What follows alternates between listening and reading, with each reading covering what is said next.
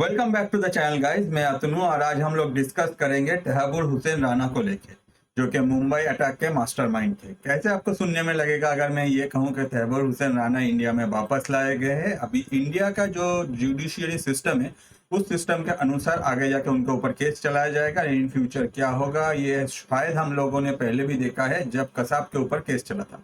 तो ये पूरा इंसिडेंट से एक चीज तो क्लियर हो गया कि भाई इंडिया के अगेंस्ट में अगर कोई भी जाता है या फिर इंडिया में अगर कोई भी कुछ गलत करता है तो हो सकता है कि उसमें टाइम लगता है, क्योंकि जुडिशियरी सिस्टम ऐसा है। इसमें सिर्फ इंडिया नहीं, इसमें यूएस भी इन्वॉल्व है। जो भी हो, एक सर्टेन टाइम के बाद इंडिया उसको छोड़ने वाला नहीं है। और इस इंसिडेंट को लेकर डिफरेंट कंट्रीज ने भी अपने तरफ से रिएक्शन शो किया है, जिसमें यूएस है, इजराइल है और साथ ही साथ हमारे प्यारे पड़ोसी पाकिस्तान भी है। अब पाकिस्तान में क्यों इसको लेके अपना रिएक्शन शो किया है वो मैं आपको आगे जाके बताता हूँ। इससे पहले जान लेते हैं कि तहव्वुर हुसैन राणा कौन है। तहव्वुर हुसैन राणा पाकिस्तान के साथ साथ कनाडा के भी नेशनल्स है, मतलब दोनों कंट्री से ही वो बिलोंग करते हैं। ऑन द अदर साइड अभी पाकिस्तान बोल रहे हैं कि भाई वो तो कैनेडियन है, तो जो भी है उसका कनाडा से ही कनेक्शन है। इसके जो रीजन है वो मैं आपको आगे जाके बताता हूँ। ऑन द अदर साइड ये पाकिस्तान के मिलिट्री के साथ भी काम किया है। इसके अलावा भी अगर देखा जाए ये लश्कर तैयबा के साथ भी काम किया है। और 2008 में जो मुंबई अटैक हुआ था जिसमें 166 का डेथ हुआ था, उसका जो मास्टरमाइंड थे वो ये तहव्वुर हुसैन राणा थे। पास में भी हम लोग देखे थे कि अजमल कसाब के ऊपर केस चलाया गया था। और हो सकता है कि अगर आप 26/11 का जो इंसिडेंट हुआ था वो नाम आपको फिर से सुनने को मिलेगा तो आपका अजमल कसाब का जो फेस है वो आपको याद है।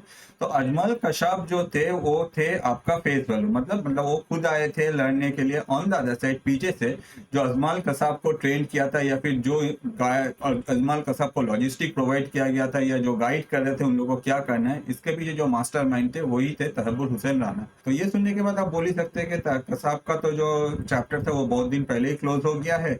अब अचानक से ये नाम क्यों इतना साल के बाद आ रहा है, इसके पीछे एक रीजन है। इसके पीछे यही रीजन है कि ये जो मास्टरमाइंड थे ये उस टाइम में इंडिया में नहीं थे। ये इंडिया से बाहर यूएस में बैठ के ये सब कुछ ऑपरेट कर रहे थे और वहां से इस कसाब के जैसे जो उनका पूरा टीम था उसको इंस्ट्रक्ट कर रहे थे और अपनी तरफ से ये ऑपरेशन को करने का कोशिश कर रहे थे, जिसके वजह से डिफरेंट कंट्रीज का जो जुडिडिक्शन है या फिर जो भी लॉज है वो सब कुछ फॉलो करके उनको वापस लाने में ही ये टाइम लग गया। हो सकता है कि ये जो 16 ईयर्स है, अभी 17 ईयर्स चल रहा है, तो ये कुछ ज्यादा ही टाइम लग गया। मगर दुनिया के सामने एक कंप्लीट एक मैसेज जाता है जिससे ये पता चल जाता है कि कोई भी अगर इंडिया के अगेंस्ट में जाके कुछ गलत करता है, हो सकता है कि वो कोई भी कंट्री में छुपा हो सकता है कि उसमें कुछ टाइम भी लग जाए, मगर एंड में इंडिया उसको वापस भी लाएगा। और as per India judiciary system उसके अगेंस्ट में केस चलाया जाएगा। फिर आगे क्या होगा ये हम लोग को बहुत जल्दी पता चल जाएगा।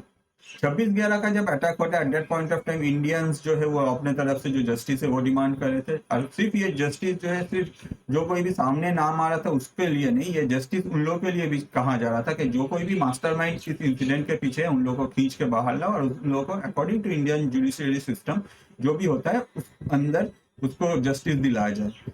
तो ये ढूंढते ढूंढते ही आगे जाके पता चला जो अजमल कसाब है ये तो सिर्फ सामने आया था, वो आया था यहाँ गोली चला था, इसके लिए अजमल कसाब पकड़ा गया था। ऑन द अदर साइड इसके पीछे जो मास्टरमाइंड थे उसमें से ज्यादातर जो थे वो पाकिस्तान और यूएस में बैठे थे। और इसको इन्वेस्टिगेट करते करते आगे जाके राणा का नाम सामने आया। राणा को कहाँ से पकड़ा गया? राणा को पकड़ा गया यूएस में। अब यूएस का जो जुडिशियरी सिस्टम है उसको फॉलो किया गया।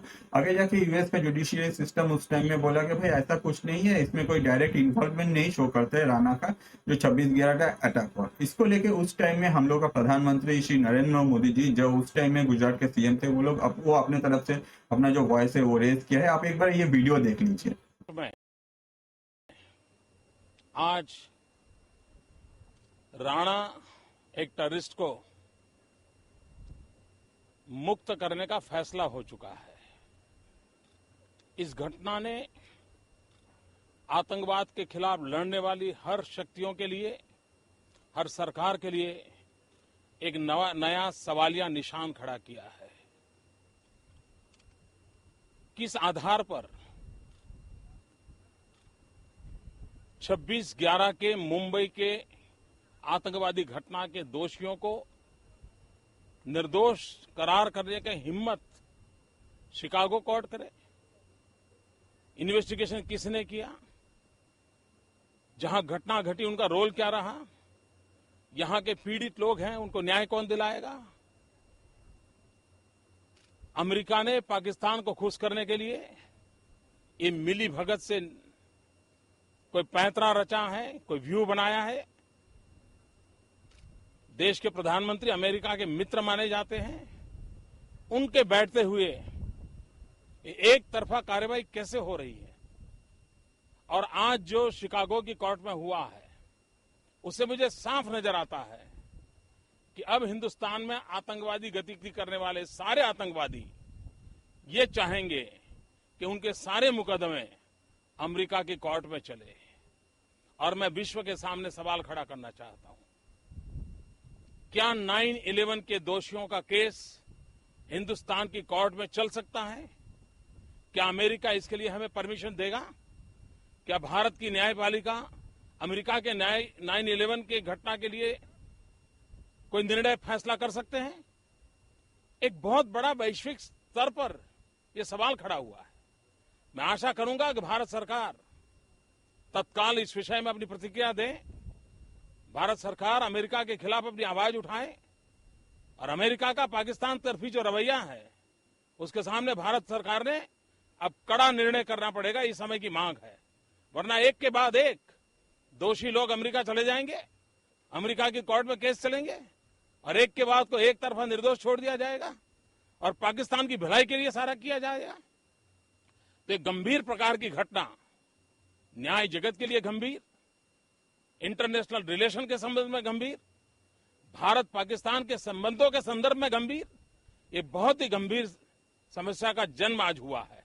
उस टाइम भले ही हमारे जो पीएम है अभी वो सीएम थे, मगर उन्होंने अपने तरफ से अपना जो वॉइस रेज किया था इसके अगेंस्ट में, जिसके वजह से आज हम लोग को ये दिन देखने को मिल रहा है।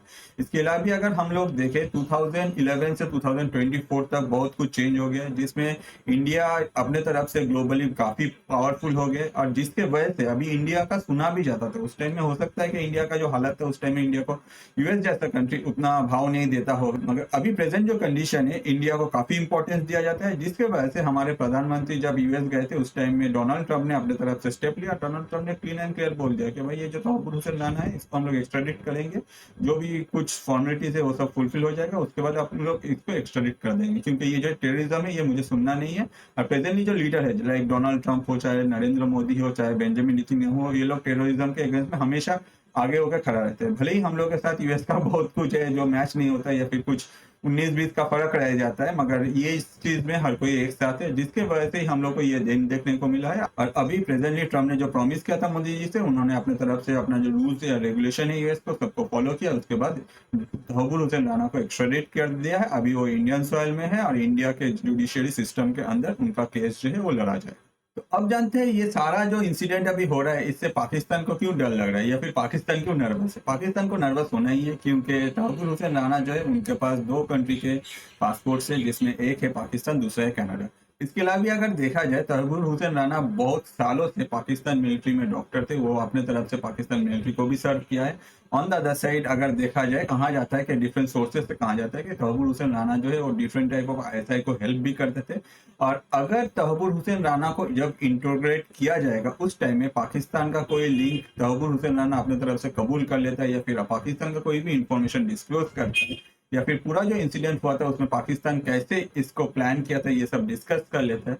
अब ये बात तो सही है कि अभी जो उसको इंटरोगेट किया जाएगा नेक्स्ट 20 डेज के लिए, उस मतलब 20 डेज का अभी कस्टडी मांगा गया है, तो उसके बाद उसका इंटरोगेशन होगा और इंटरोगेशन में कुछ ना कुछ तो बाहर आएगा। इसमें पाकिस्तान का नाम या फिर पाकिस्तान का डायरेक्ट इन्वॉल्वमेंट जो है वो अगर बाहर आ जाता है तो दुनिया के सामने पाकिस्तान जो है जो अपना टेररिस्ट का फैक्ट्री चलाता है, जो टेररिस्ट एक्सपोर्ट करते हैं, उनका जो बिजनेस है उसमें असर आएगा और दुनिया के सामने पाकिस्तान का पोल खुल जाएगा। तो पाकिस्तान ये सब सुनने के बाद अपने तरफ से नर्वस हो गया और पाकिस्तान कहना चाह रहा है कि भाई ये जो तहव्वुर हुसैन राना है ये पाकिस्तानी नेशनल्स है, ठीक है चलिए, मेन जो ये कनाडा से ही बिलोंग करता है और इन लोगों के साथ हम लोग का ऑफिशियल्स का उतना कुछ कनेक्शन नहीं था। तो पाकिस्तान को लग गया डर, क्योंकि एक तो पाकिस्तान का जो पुराना राज है वो सब खुल जाएगा, पाकिस्तान ने कैसे ये सारा पूरा इंसिडेंट किया करवाया था वो सब कुछ सामने आ जाएगा। ऑन द अदर साइड दुनिया में पाकिस्तान का फिर से एक बेइज्जती हो जाएगा। अब मुझे एक क्वेश्चन आप लोगों से करना है कि पाकिस्तान का अगर ये जो बेइज्जती बार बार होता है, जैसे कि हम लोग देखे थे कुछ दिन पहले ही पाकिस्तान का पीएम बोल जाता है कि बॉयज आप लोगों को जाके ट्रॉफी लाना है और उसमें पाकिस्तान इंडिया से भी पिट गया।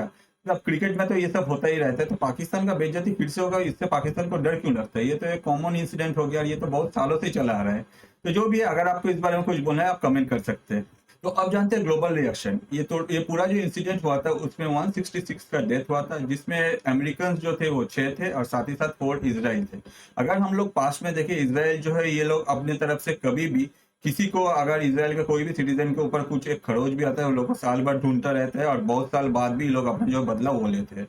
तो इस बार जो हुआ, इजराइल का जो मतलब जो इजरायली का डेथ हुआ उसके वजह से तहबूर हुसैन राना को भी यहाँ लाया गया। तो नो डाउट यूएस के साथ साथ इजराइल भी चाहता है कि भाई जो हमारे सिटीजन का डेथ के लिए जिम्मेदार है उसको आगे जाके सजा मिलना चाहिए। और इंडिया 16 साल से ये केस में लगा रहा, अपने तरफ से परसिस्टेंस शो किया, जिसके वजह से इजराइल जो है, इजराइल ने प्रेज किया है इंडिया को कि भाई इतना साल हो गया मगर फिर भी आप लोग नहीं छोड़े, आप लोग पूरा इसमें अपना टाइम दिए है। और आप मतलब इजराइल कहना चाह रहा है कि इजराइल ग्रेटफुल है इंडिया के लिए कि इंडिया इतना दिन से लगा रहा ये केस में, और इसके बाद तहबूर हुसैन राना को लाया गया है, आगे जाके उनके ऊपर केस चला जाएगा। तो नो डाउट बहुत सारा इन्फॉर्मेशन जो है तहबूर हुसैन राना से निकलने वाला है।